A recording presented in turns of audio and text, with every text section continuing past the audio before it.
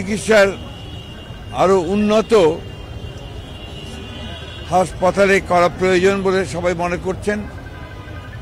সেই কারণে তাকে ইংল্যান্ডের হাসপাতালে নিয়ে যাওয়ার সিদ্ধান্ত হয়েছে।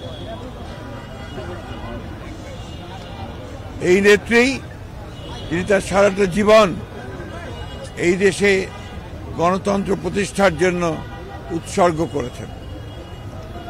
আপনারা সবাই জানেন যে বিগত হাসিনা ফ্যাসিস্ট সরকার তার প্রতি যে অন্যায় আচরণ করেছেন, নির্যাতন করেছেন, নিপীড়ন করেছেন, দীর্ঘ 6 বছর তাকে কারারুদ্ধ করে রাখা হয়েছে। এর মধ্যে 2 বছর তিনি একটি নির্জন কারাগারে, পুরনো কারাগারে, কেন্দ্রীয় কারাগারে তাকে আটক করে রাখা হয়েছিল এবং সবাই সন্দেহ করেন যে সেইখান থেকেই তার এই রোগের সূচনা হয়। একটা অপরাধমূলক অবহেলা, চিকিৎসার অভাবের কারণে তিনি আরো অসুস্থ হয়ে পড়েন।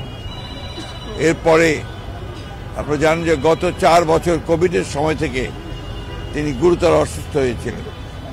আল্লাহর অশেষ রহমতে তিনি সুস্থ হয়েছিলেন। এই কয়েকদিন ধরে আবার অসুস্থ হয়েছেন।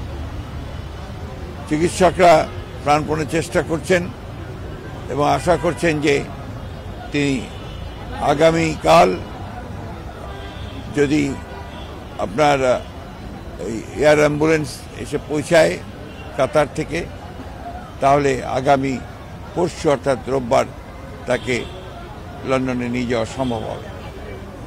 তবে তিনি এখনো গুরুতর অসুস্থ, সেই কারণে তিনি ফ্লাই করতে পারবেন কিনা সেটা ডাক্তাররা নিশ্চিত করলেই তাকে ফ্লাই করে নিয়ে যাওয়া হবে অ্যাম্বুলেন্সে করে। আমরা আজকে এখানে এই নয়াপল্টনের এখানে মসজিদে আমরা নামাজ আদায় করেছি, জুমার নামাজ।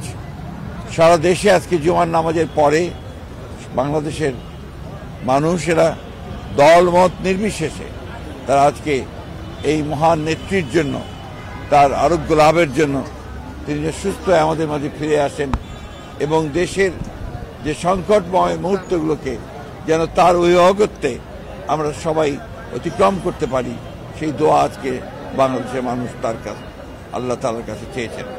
আমি আবারও পরম করুণাময় আল্লাহ তাআলার কাছে দোয়া করছি, প্রার্থনা করছি যে আল্লাহ তাআলা যেন তাকে সুস্থ করে আবার আমাদের মাঝে ফিরিয়ে নিয়ে আসেন এবং আমাদেরকে সঠিক নেতৃত্ব দেন।